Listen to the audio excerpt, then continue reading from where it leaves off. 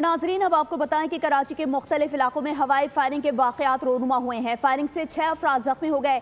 Rescue हुकाम के मुताबिक जख्मियों को सिविल जिना और अब्बासी शहीद अस्पताल मुंतकिल कर दिया गया है। जख्मियों में 4 मर्द, 1 खातून और 1 बच्ची शामिल है। खबर शामिल कर रहे हैं जराइम की दुनिया से, जहाँ कराची के मुख्तलिफ इलाकों में हवाई फायरिंग के वाकयात रोनुमा हुए हैं।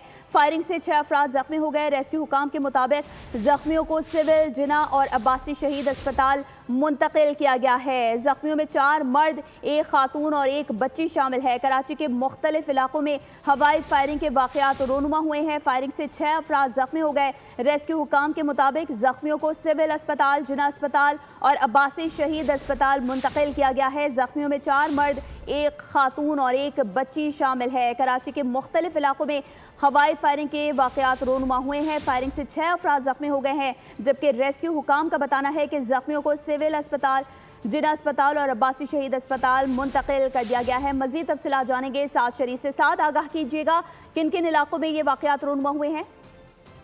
जी बिल्कुल, कराची के मुख्तलिफ इलाकों में जो है ये हवाई फायरिंग का मामला है, जबकि हवाई फायरिंग से मुख्तलिफ इलाकों में 6 अफराद जो है वो जख्मी बताए जा रहे हैं, जिनको एम्बुलेंस के जरिए सिविल अस्पताल, जिना अस्पताल और अब्बासी शहीद अस्पताल में भी जो है वो मुंतकिल किया गया है। जबकि इसमें जो जख्मियों की तादाद तकरीबन 6 बताई जा रही है, जिनमें 4 मर्द हैं, 1 खातून और 1 जो है वो इसमें बच्ची भी शामिल है। ये मुख्तलिफ इलाकों में जो ये हवाई फायरिंग का जो है वाक़या पेश आया, जिसमें से लियारी, नॉर्थ नाजाबाद, कस्बा मियाँ कॉलोनी, औरंगी टाउन, नाजाबाद, लांडी, जबकि औरंगी टाउन में भी जो है ये फायरिंग यहाँ पर की गई है। जबकि ये तकरीबन जिस वक्त ईद का ऐलान हुआ है उसके बाद ही यहाँ पर ये मुख्तलिफ इलाकों में फायरिंग का ये वाक़या हुआ है, जहाँ पर हवाई फायरिंग के बाद मुख्तलिफ लोग जो है वो यहाँ पर जख्मी हुए हैं, जिनको रेस्क्यू के लिए अस्पताल मुंतकिल कर दिया गया है। जी ठीक है साद, आपका बहुत शुक्रिया।